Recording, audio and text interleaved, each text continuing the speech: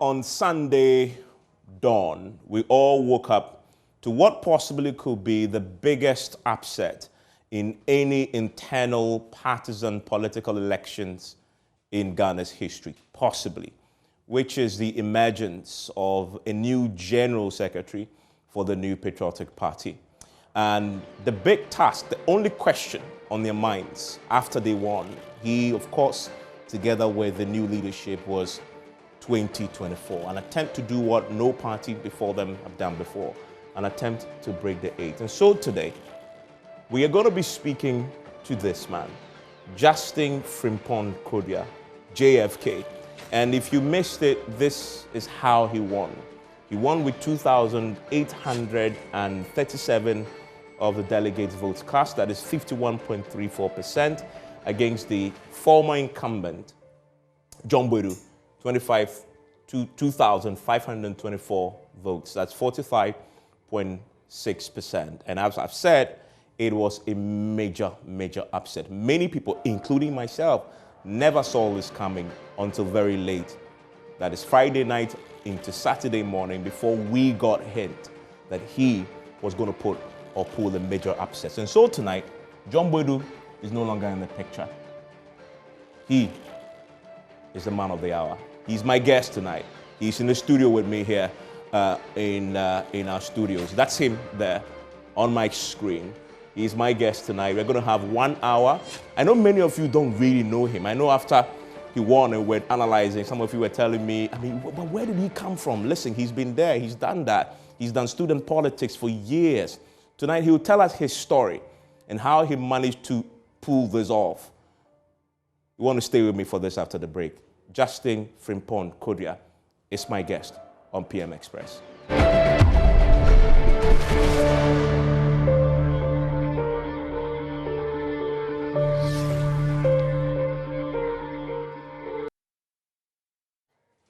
And thank you very much for staying with us on PM Express. My guest is in the studio, is Justin Frimpong Kodia.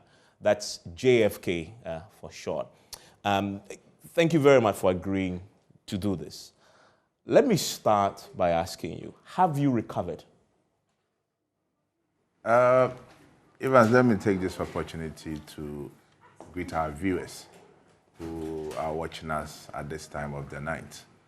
And even before I proceed to respond to your question, again, let me use the opportunity to also thank the Almighty God for seeing us through this whole electoral process. You know, we began from the polling station, then from the polling station to electoral area, then constituency region, and the climax of it was the national executive elections. So we are very happy for the success that we chalked, and also to thank His Excellency, the President, Nana Dankwa Akufo-Addo, for the immense support and contribution towards us having this successful elections. Then again, the planning committee for the whole national elections under the chairmanship of Abankwayebo. He was in charge of the whole planning process, and Mr. McMahon was in charge of the elections committee. So they did a yeoman's job, and definitely cannot mention what happened on Saturday without also referring to the Ghana Police, headed by the IGP, COP Dampare, for the wonderful job that the police service did on the Saturday. And again, the media. You went there early on Saturday. You kept us awake for more than. Thank you very much for. I haven't recovered because I was here Friday night all the way. And it was very stressful. Was very extremely stressful. Saturday morning to the next day, Sunday morning. I believe you left there very. Yeah, after you spoke to us. That's 5 a.m. Around 5 a.m. Yes. Then before you can unpack your stuff and leave, that would get into around 7. Yes. So kudos to you. Thank you very much for the good job and that the media did. Whilst you're saying that, congratulations to you too. It's in order. Yes. It's in order. Yes. Thank you very much. And have I recovered? Yes, have you? It was yesterday that I actually remembered or got to understand that I was the General Secretary of the New Patriotic Party. You won this on Sunday morning, Monday morning, Tuesday morning before you woke up to realization No, that... it was even Tuesday, later on in the day, around 5 p.m. What reminded you? The new elected national executives went to pay a courtesy call on His Excellency the President. Okay. So we had that discussion, and everything went on successfully. So afterwards, we decided to go and see the Vice President at his office. So when he walked, we were already seated, and I remember the third Vice Chairperson was sitting closer to the gate than the second Vice, then the first Vice, then myself before the chairman. So he walked after greeting them. Then he mentioned, General. Who's this? That's the president? That's the Vice President. The Vice President, okay. General. And you're wondering. I didn't respond. Who are you referring? I didn't know. I'm checking. Who is that? I didn't even respond. So it was the first Vice Chairperson who drew my attention. Vice President. I said, hey. And I said, Your Excellency. And we all laughed. So, wow. And I said, whoa. Then I'm really facing reality. And indeed, the General Secretary of the New Patriotic Party. So let's say yesterday. Interesting. That's the realization. Do you feel scared by the challenge that you've taken on? I mean, when this dawned on you, because you know this is going to be, do you feel a weight on your shoulder? I'm one person that loves challenge, and I'm a very adventurous person. Right? And anytime opportunity presents itself, I don't look at the negative side. I don't look at whether the situation is so overwhelming or I'll not be able to succeed. I'm not a pessimist. And that was the same mentality I took to YEA. In 2017, when His Excellency, the President, appointed me as the CEO of the Youth Employment Agency, I didn't have any public sector experience. And that was the first time I was going to work in the public sector. And I was excited. And I didn't look about the past history of YEA, the GDA, and all those issues. It didn't scare me. But I saw it as an opportunity for me to deliver. You did the job fair? Yes. Okay. So I saw it as an opportunity to deliver.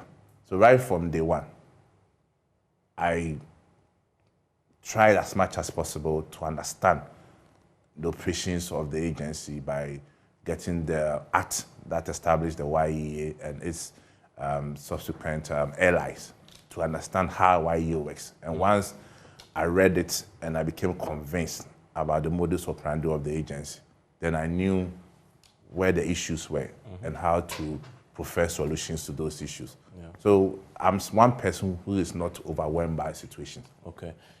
We'll come back to the elections and how you won, but let's start from basics. Who is JFK?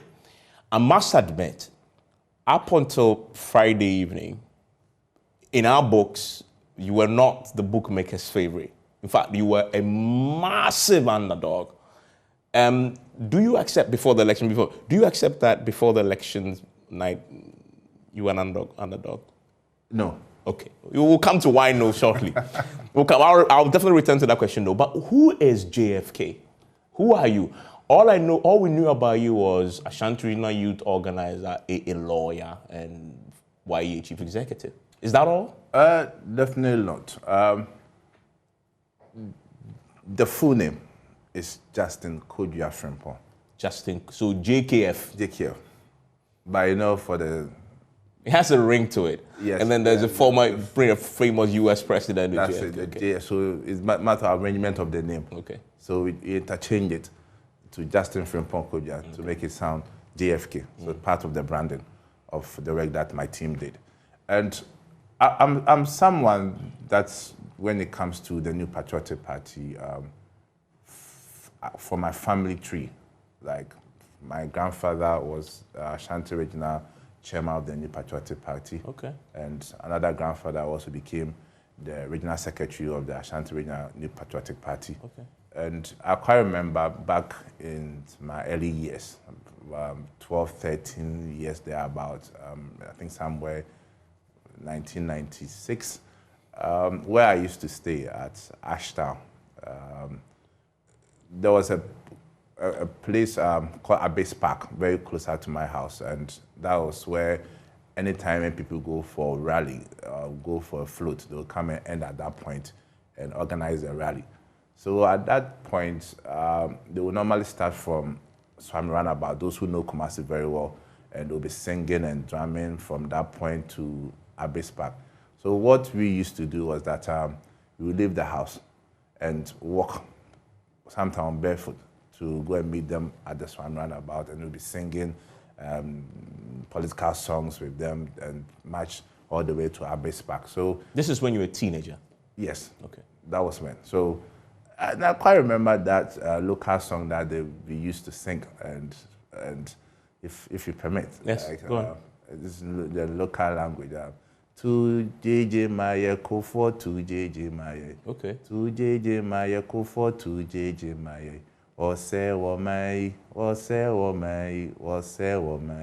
to JJ Maya. So as early as 12 years, 13 years. So you were singing this? We were singing. I mean, Kufuor should get rid of JJ for you. Kufuor should get rid of. For the NPP. Because he was destroying. This must have been the lead up to the 2000 elections. So that was 96. 96, okay. That election contest. Yeah, contest, okay. That was President Kufuor's first attempt to become president. So then I quite used to remember when during that time my big waist used to come to our house to come and see my grandfather. I could remember. What's your grandfather's name, by the way? Dr. Donko Fojo. Oh, okay. Right. So that rings a bell. That's a stalwart of the party. Yes, very stalwart of the party. It was even that time that in fact, the founding member of the party. And when he became regional chairman, at that point he used to even pay party executive monthly salary. So Dr. Selby, Major Kwaid Kwashiga, Odoisai. They were meeting in your father's, in your grandfather's house. And I was always excited whenever I saw those people. So then, fast forward, I went to university. And somewhere around 2005, 2006, I was a student leader. I was the president of Land Management and Development Student Association. Okay. So that, you can sum up by saying that was the beginning of my political life. And if I tell you how I became LAMSA president, you will laugh. Okay. You know, back in the days in university. This is KNUST? That's KNUST. Hardly did I used to go for lectures. And I had friends around, and I used to enjoy school life and those things. So, and every vacation I used to travel outside to go and work and come back. So one day. So you were going to the UK a lot? Yes. No wonder. Since we advertised your poster, I have a lot of messages from the UK. People say, you're treating well for me. I was like, no wonder. So that's what happened. Okay. All right. So, and from my childhood, I've always been the boys type, someone who always want to move with the grassroots. Like, you know, I never used to associate myself with people from rich family, though. The so-called establishment. The so-called establishment, though I can say I was from there. But I always love to move with people who come from poor family and people who are just ordinary people. And I always loved that company. So it carried on to university.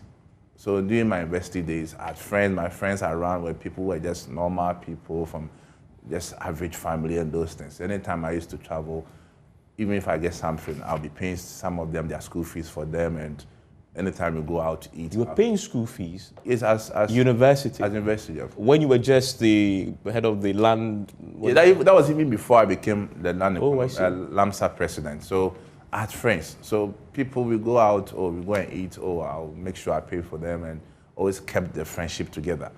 So one time I didn't even come to, that was the first semester, I didn't come to school early.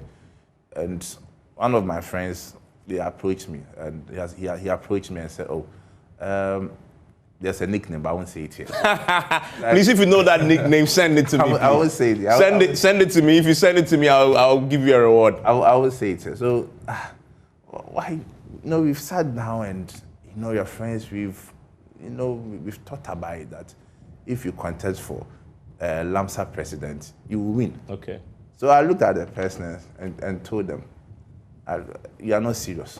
do you see me as becoming land economy president? Okay. I don't have interest.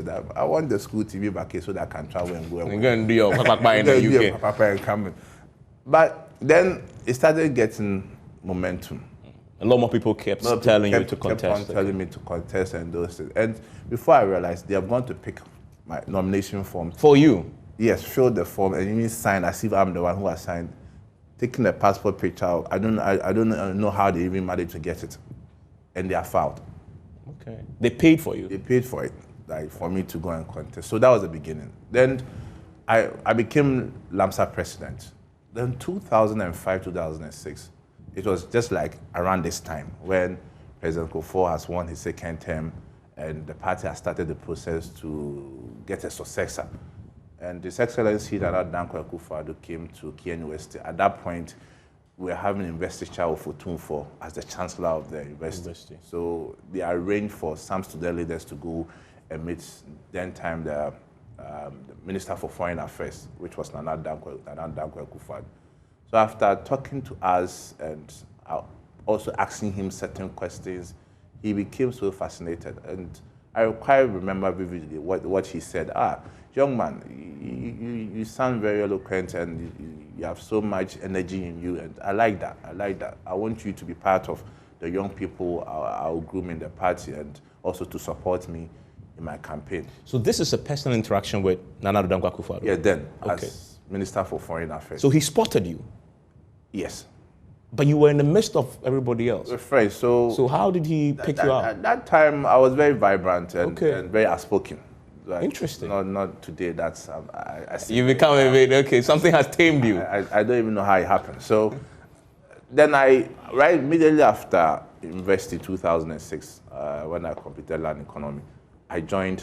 In fact, I did my national service. Then I joined the campaign team in Ashanti region. So in 2008, I was part of the regional campaign team for Ashanti region. That is for Nanado? For the general elections. Okay. At that time, he has won the flag bearer at Legon.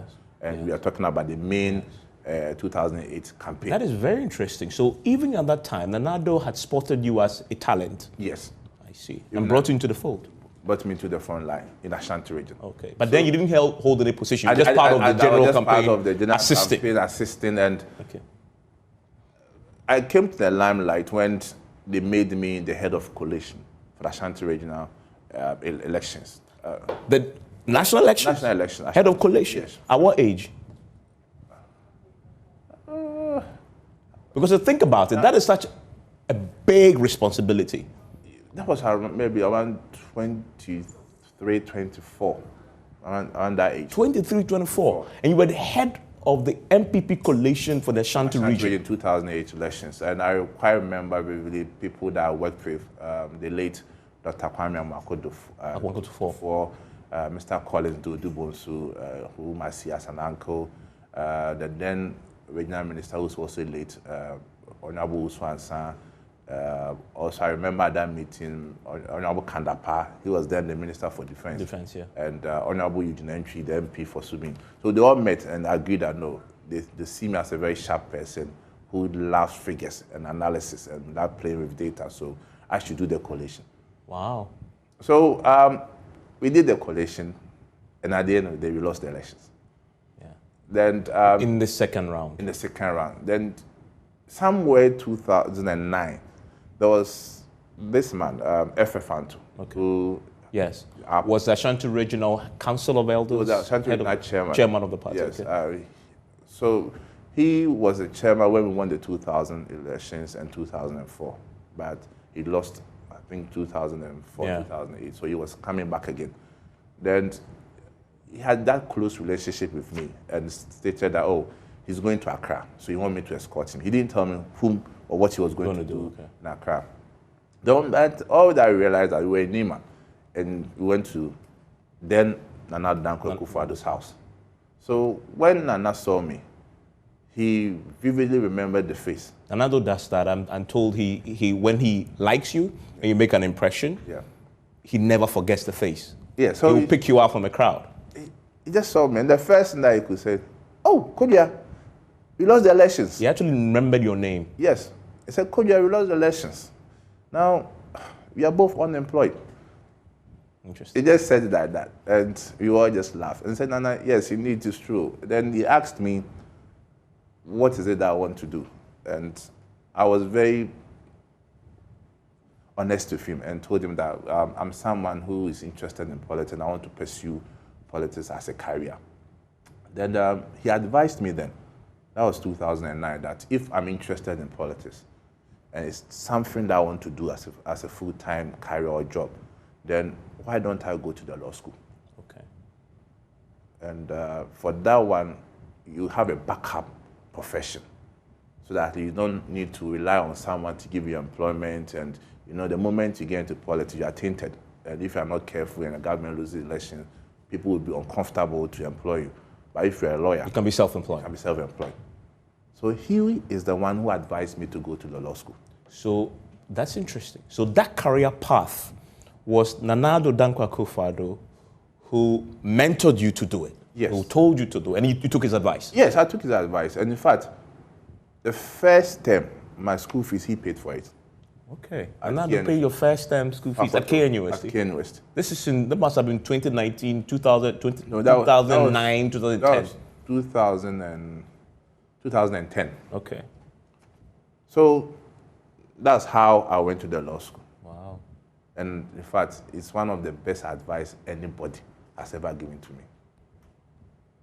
So by the time I completed the law school in 2015, then we were in the thick of campaign. Yeah, for the 2016 election. 2016. So after advised me to go to the law school, then Ashanti region went to regional elections, and FFanto won the regional chairmanship in 2010. And because of my hard work, they appointed me as a deputy regional youth organizer for Ashanti region. So I was a deputy regional youth organizer. I was deputizing Dr. Gideon Bwako. Interesting. Right. So okay. Gideon Bwako now is a spokesperson for the vice president. Vice president. So I was his deputy. So from 2010 to 2014,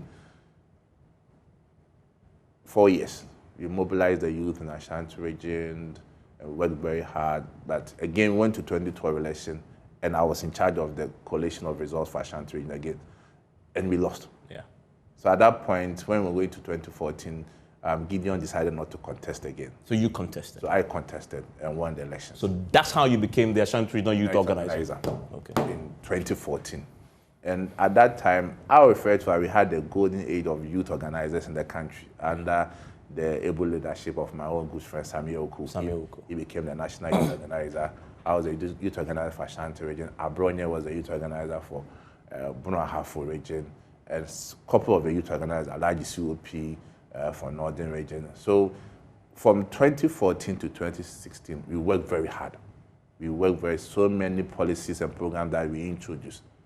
And the youth mobilization across the country, it was splendid. So you worked very closely with Samuel Oku? Yes. How instrumental was he in grooming you, introduce you to because he had ascended to become national youth organizer? Samuel Oku is not just a leader, but he's a brother. Okay.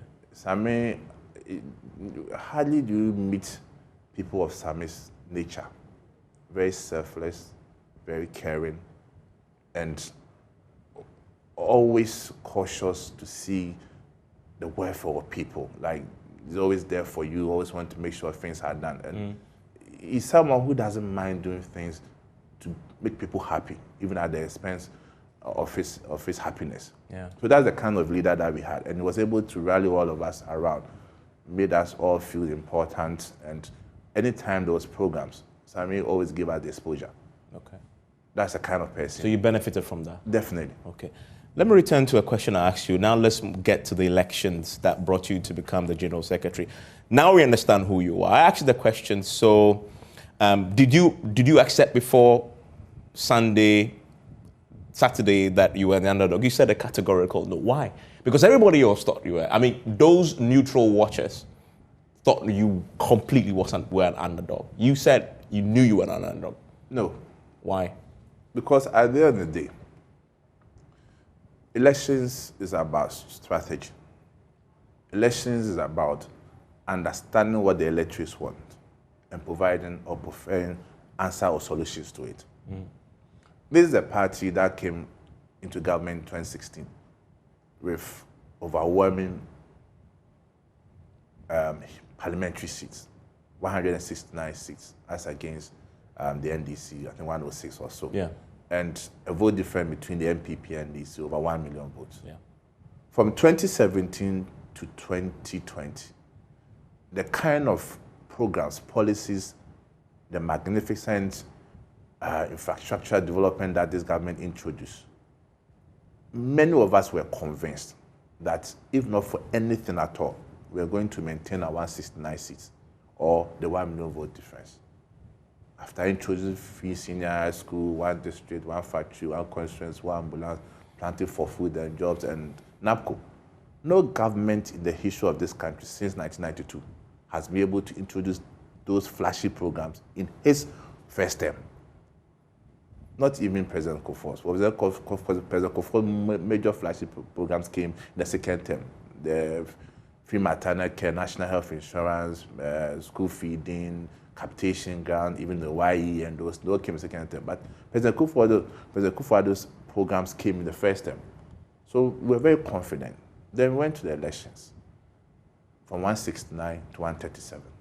1 million difference to 500,000. Yeah. The question is, what happened? So I sat down, looked at the reasons that culminated into us having those figures. What reason did you find? For any political party when you're in government, there are basically three things that affect you. One is apathy. Two is internal party management. And the third one is your communication. Okay.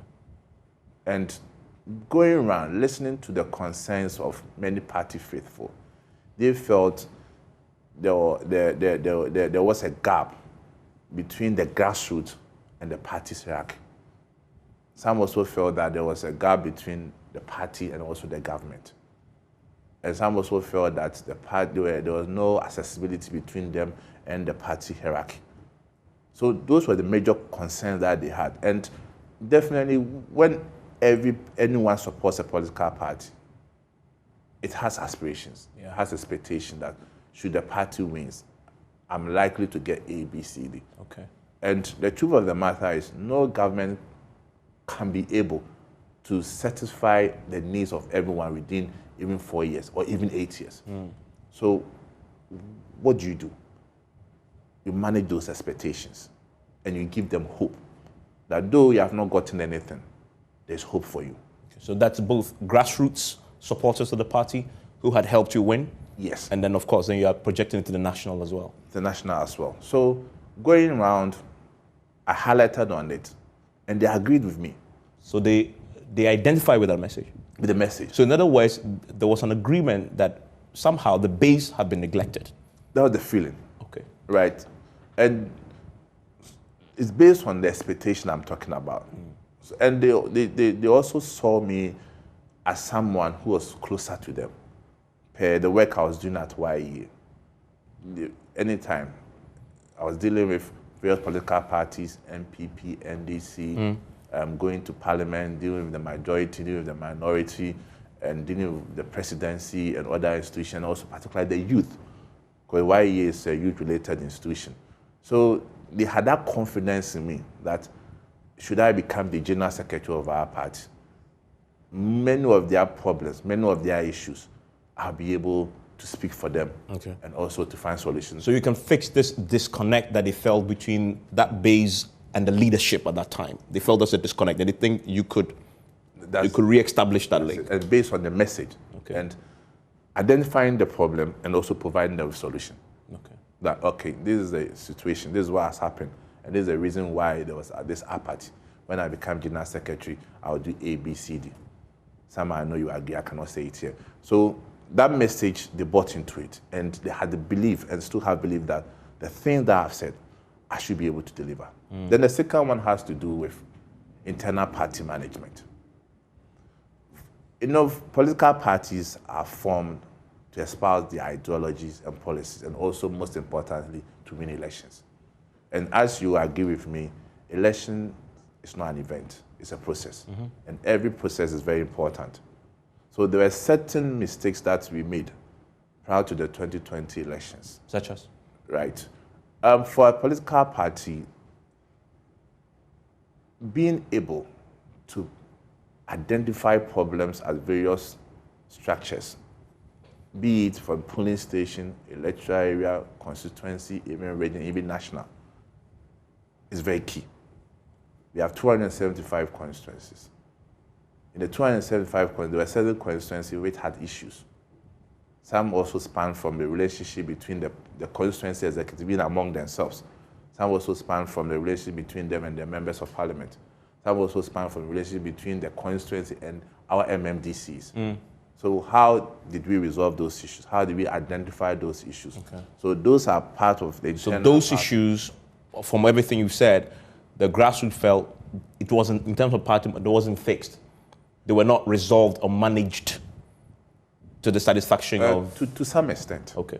To some extent, but not in all cases. Yeah. But in certain areas and in certain seats that we lost. Okay. Some of the reasons were attributed to internal relationship among the party. A typical example is in 2020, we had 28 sitting members of parliament losing their seat. Yeah. And out of the 28, 22 were ministers and deputy ministers. Yeah. That's a huge number. Yeah. Right? So, and now we still have ministers and deputy ministers who are members of parliament. So I was able to identify and raise that issue to our party delegates. Look, this is what happened. We need to find answers to why out of 28 sitting members of parliament who lost their seat, 22 were ministers and deputy ministers. Yeah. We need to find a solution to it. What really happened? That's one point. Then two, for every political party, when you are going for elections, you need to be able to identify your membership. You should be able to say we have X number of members and they form our base. And we are going to look for Y number of members to be able to add up to. The party didn't know that? I'm making a point. Okay. Right. So that we'll be able to know. And you can only do this when you have a registered list of members. Then you know, okay, these are the number of people who are registered with us. And we know them. Then also another form of identifying membership of a party is through party ID cards. Yeah. Right. So once we have party ID cards, you can tell, okay, we have this number of people who are supporting us. Yeah. Then after having registered, after having party ID cards, when people start paying dues, then you can vouch for them. That's anyone who is paying dues, there's a high percentage that the person is one of us. Yeah. Because even if he's not holding a card.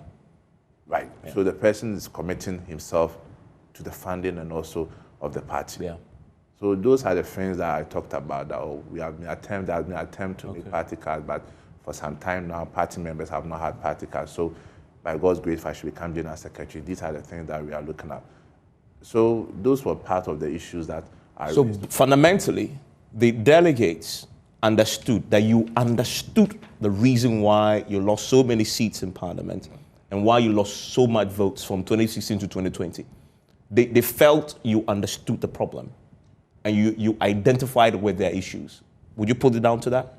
Yes, certainly so. So they are the belief and the confidence that, well, I'm speaking about their issues. Yeah. I'm talking about their issues. So you connected with them at that level? Very well. I mean, on election night, did you know when you entered the stadium that morning, obviously, that you knew you were going to win? Even before I entered the stadium, I think 3 days before, we have done our own calculations. And to be honest, we were expecting to get over 3,000 votes on the D-Day, based on the report from our coordinators in the various regions and constituencies. So we had that research done. Okay. Right. So when I entered the stadium and the euphoria and those things, we were confident and we were comfortable. So when they introduced you and they mentioned your name, and the stadium erupted into cheers, loudest of the lot, you thought to yourself what? What was going through your mind when you had that chair? No, we were calm. And we knew that then the projection that we have made before... That was a validation of the projection. That's it. The projection that we have made was becoming a reality. Okay. Right? And what I needed to do was to sustain it. So if you could see me then running around trying to get the crowd to being in line with what we were doing, it was all part of the strategy to make sure that we sustain that momentum to they go and vote. So you were expecting around 3,000 votes. You ended up with 2,800 plus. Did the TESCON cancellation affect you? Let me use this opportunity to express on behalf of our party, the national chairman and the national officers, our deepest regret to our TESCON executives for them not being able to vote on Saturday. And this is something that it was beyond all of us, our control, because a court had enjoined them from voting. And it's something that is an unfortunate situation that happened. And we want to assure them that under our tenure, we are going to make sure that things are put in a better perspective so that at least it doesn't happen again.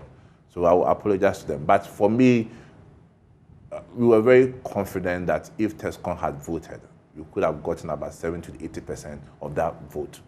So that would take you above, would take you to the 3,000 that we were expecting. Okay. So though they didn't vote, we are still confident that at least even with what we had, we were still going to. When did you realize, when were you told they were not going to be voting? It was about, I think, this was Friday. Okay, so this Friday. Yeah. So you knew before you entered? It became a rumor that, it's like TESCON will not vote. So we are not sure. So then Saturday, it became clear that no, TESCON were in. You were formally called. I know there was an emergency meeting with the candidate. Were you told them formally that this is going to happen? We got to know, that one. Did you protest? How do you protest when the court has enjoined a process? Up to today, do you know who went for the secured injunction? No, I don't. You still don't know? I don't know who, but definitely, if I want to, I will. You find out. Will you find out? Well, definitely, because we need to make sure this doesn't happen again. So we need to know the reason why TESCON list was sent to court for it to be enjoined. So we need to find out so that it doesn't happen again. But this is interesting. So when was it? Was it secured on Friday? What did the court grant the injunction on Friday? To be honest, I wouldn't know. You don't know? No. Well, that's interesting. I mean, so it's been almost 4 days since Friday. You still don't know yet when it was secured, who secured it, and the reasons for the injunction. You still don't know that. Yeah, because from let's even as it happened on Friday, the elections was carried into Sunday. Right. From Monday, as executive, we started visitation to various stakeholders in our party. So you haven't had time to really settle that. But you certainly, you say you're going to look into it and find out who, so that it doesn't repeat itself. Yeah. I mean, do you share the view that many have said, and you are the one who may have suffered the consequence, that this was a part of the plan to get your votes out of your hands? Because I don't have any evidence to confirm it, I'm unable to speak to it. Okay. John Boydu. Everybody thought John Boydu was going to sweep this. Everybody. I mean, outside your camp and neutral watchers and the establishment thought he was going to win. You are confident that you knew you were going to win. Post the elections, have you spoken to him? First and foremost, for us in the NPP, we understand the tenets of democracy and we live by it. And this is something that we have been practicing from 1992 to date. So we know that every internal elections, there will be a contest. There will be a contest. And prior to the contest, prior to the elections, there will be campaigning, there will be tension, all those. But after elections, we will come together.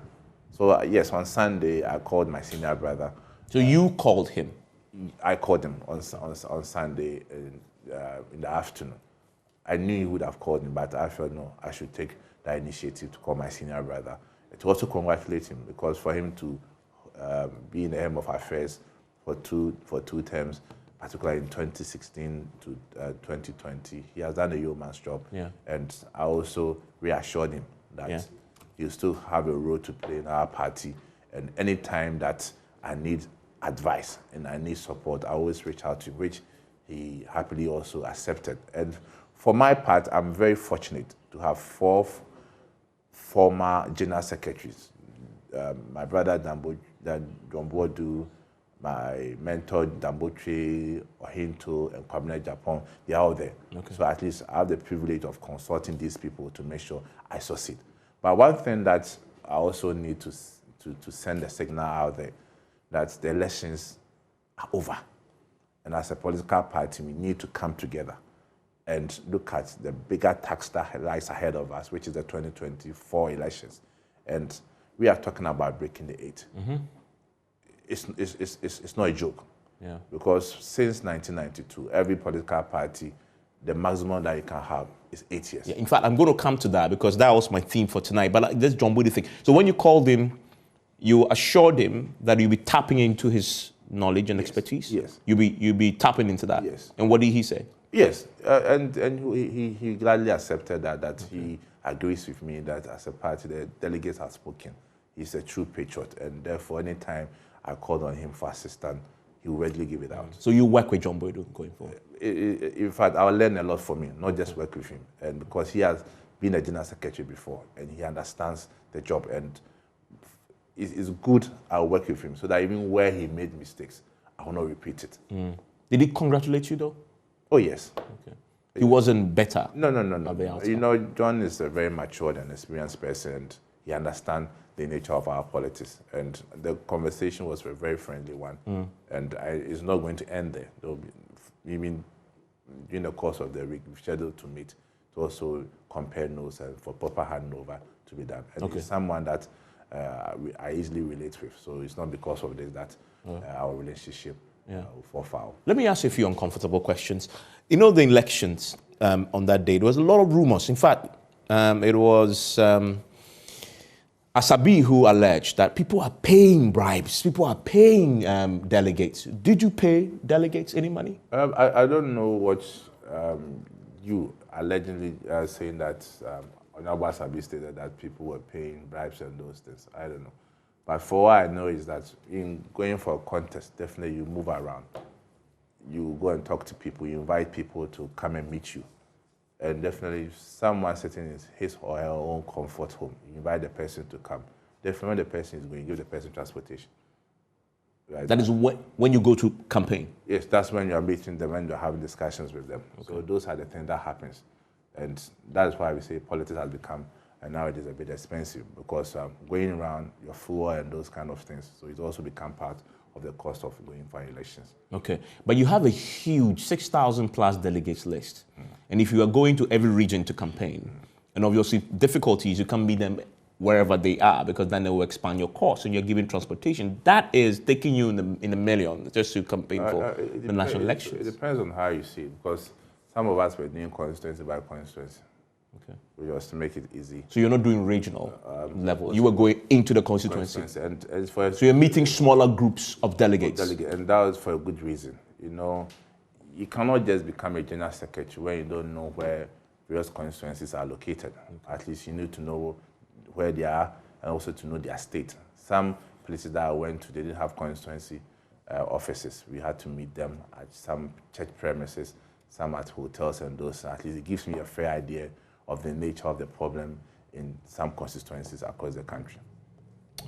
Let's talk a bit more now about the task ahead. That's why you've been elected. You want to break the 8. Nobody has done it before. Now, in addition to that challenge, there is another challenge that we pointed out in the analysis, which is the IMF problem. Yeah.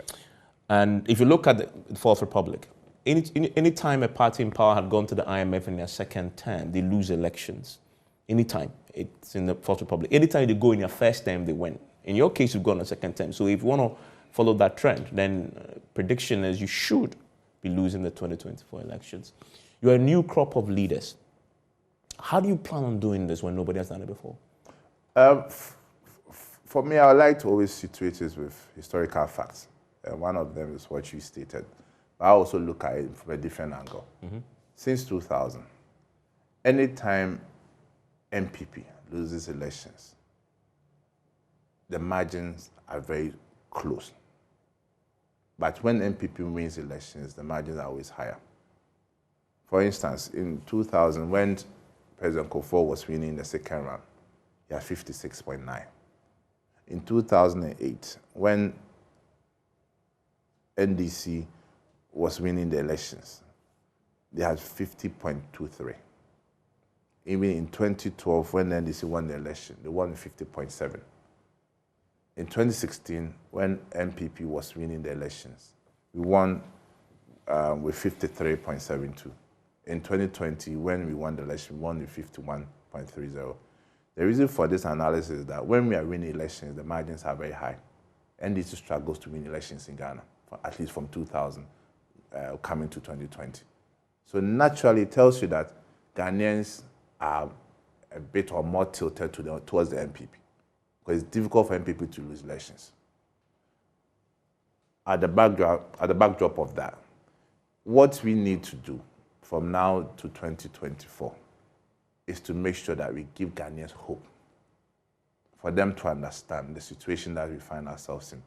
And the IMF issue that you talked about, we should also situate with the situations then and now and then. Why did they need to go to IMF in 2014? And why is NPP going to IMF in 2022? The situation are both not the same. Let me put it to you that for the ordinary Ghanaian out there, he doesn't care. Which I agree. Because when you're hungry, yeah, you don't care about facts. Yeah. You don't care about figures. Yeah. You don't care about whys. You just want food. Yeah. So that message will not sell. Yeah. They won't buy it. But you agree with me, and you understand, because both of us, we understand the situation, and we can be able to appreciate it. That situation in 2014 is different from situation in 2020. Yeah, I mean... And it bestows on me and you to explain it to them. Not me, because I am not a member of your party. No, you don't need to be a member. You would have to explain it to them. But you agree that you have almost an impossible task. Yeah. Because when a man is hungry, I repeat, they simply don't care why. They just want food. They blame you and your party for where we are today. Do you agree that your party has let Ghanaians down compared to the expectations they had of you before 2016? For me, the best judgment would have been from 2017 to before COVID came in. How was the economy? If anyone wants to be fair, let's look at the economy then, from 2017 to 2019, and when COVID came in. You all know what happened when COVID came in. And when just as companies were beginning to pick up, then the Russia-Ukraine war also came in. And the good thing is that it's not only happening in Ghana. This has become a global pandemic, global issues. UK, Canada, even the developed countries, people are going on demonstration, people are complaining about high cost of living, fuel costs are going up high, everywhere. So it's not like it is only in Ghana that is happening, unlike in NDC time. So, yes, unfortunately, that's not factual. That's not factual, because we're currently in a situation of economic crisis, and Ghana is an outlier in many of the indicators. Take inflation. We are almost 30%, in fact, 29 plus. So what's the inflation in America now? Forget about America. Let's talk about your neighbors.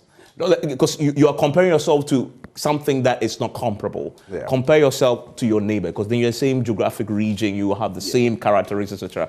Compare yourself to Nigeria, compare yourself to Cote d'Ivoire, compare yourself to Burkina Faso. All of them have inflation. The highest you have is Nigeria of 17%. The rest are way in the single digits.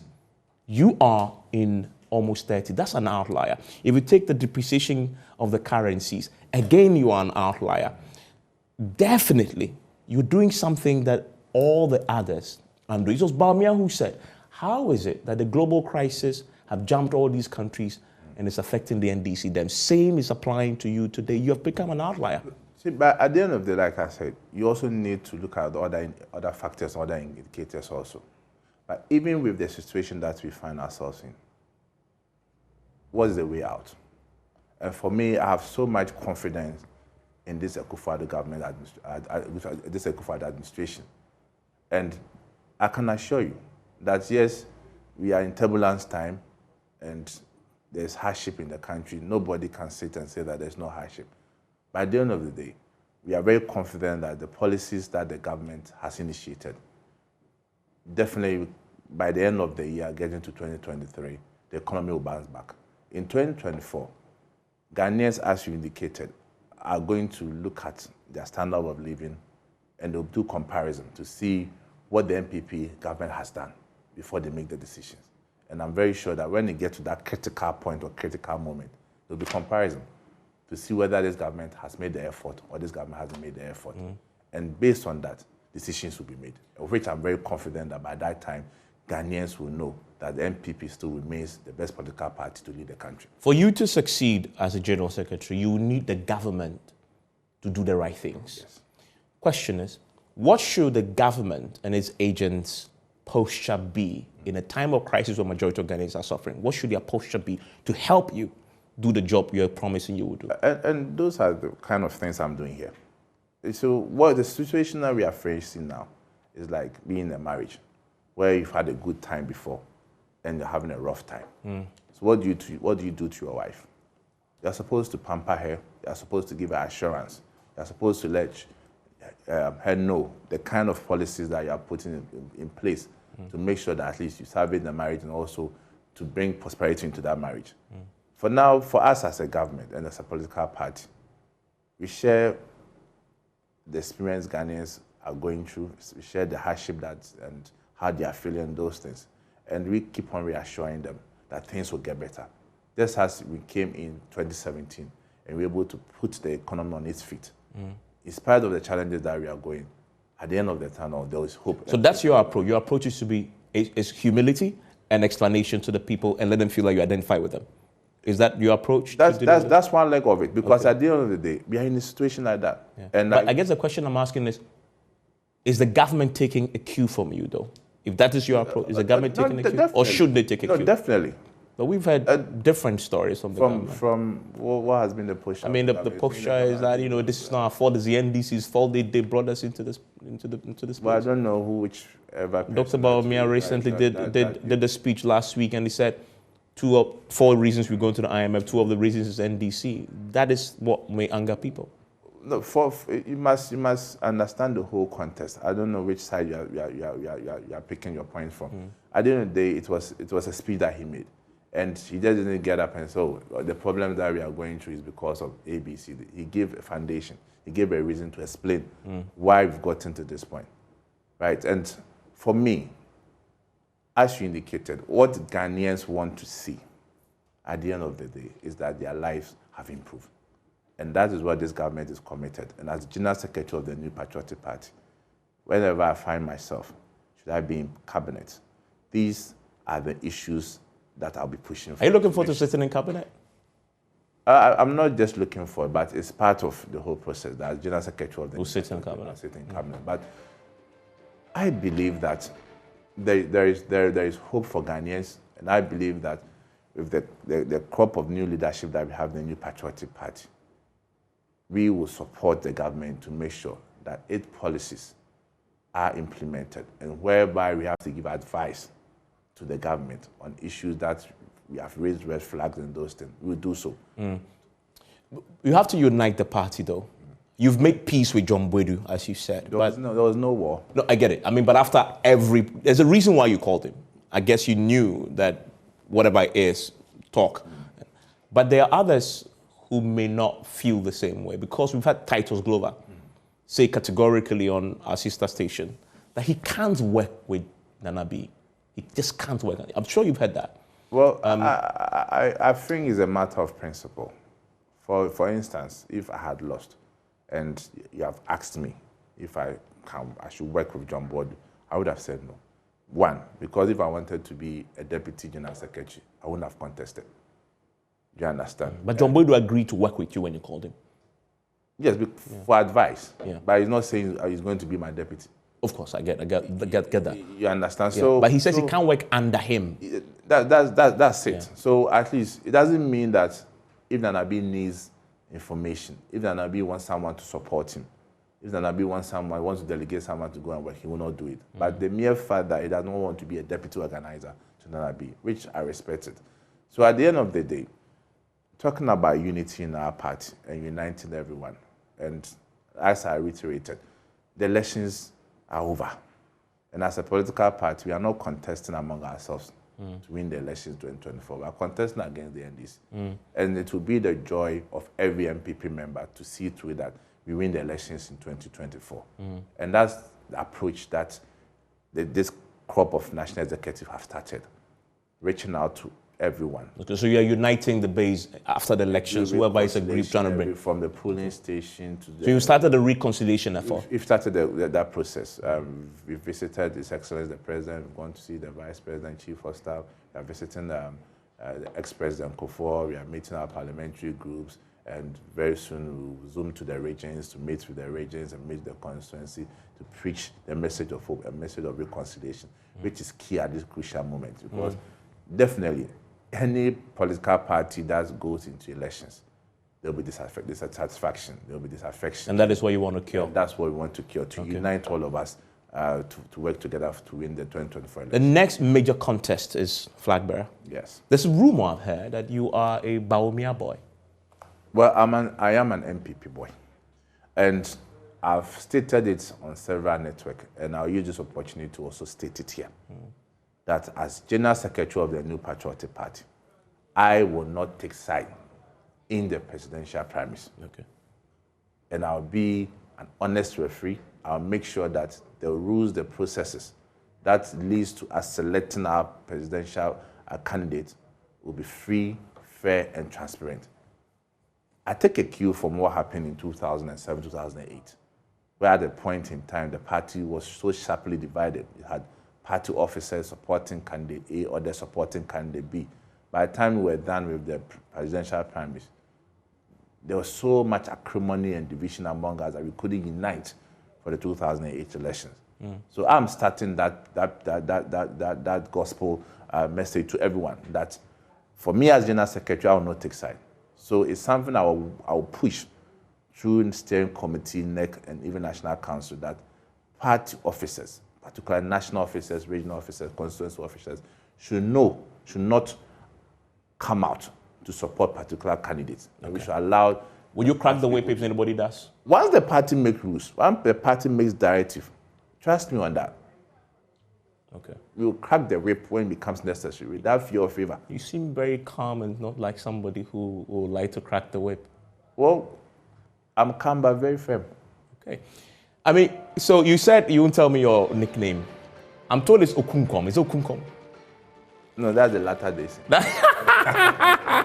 Because people got onto our timeline and said you were Okunkom. So Okunkom is latter days. Yes. Okay. And I also heard that we've been saying you are 40 years. Actually, you are my age, 39 years. True? Yes. So you're turning... I'll be 40 in November. In November. Yes. So this is definitely the youngest general secretary of the party, of the NPP. You need to cross-check with Damboche. Damboche. Yes, I know. I mean, he'll fight me. I'm sure he's watching. But that's it. Look, I'm grateful. All the best. The task is daunting. You say you are not overwhelmed by it. No. You're not fazed by the challenge. Okay. The NDC is staring you in the corner. They're going to have possibly. They're going to have General Mosquito. Well, it depends whether you still be there or you move to a different position. Okay. But you're not fazed by whoever they bring. You're not fazed by John Mahama. No. You're not fazed by John Mahama. No, because what new thing is he bringing on board? Okay. He's lost election before. The senior secretary has lost election before, so. But he has experience. He's lost, so he has experience. Well, we also lost election before. We also have the experience. Well, Alan or Bawumia, they haven't, It's a party. Yeah, it's a party that's going to win the Listen, election. thank you very much. All right, my brother. JFK. Thank you. JKF, who became JFK. all the best, Koda. That's my guest. That's the newly elected General Secretary. We'll be hearing more of him in the coming days, months, and weeks as we approach 2024. Enjoy the rest of your evening.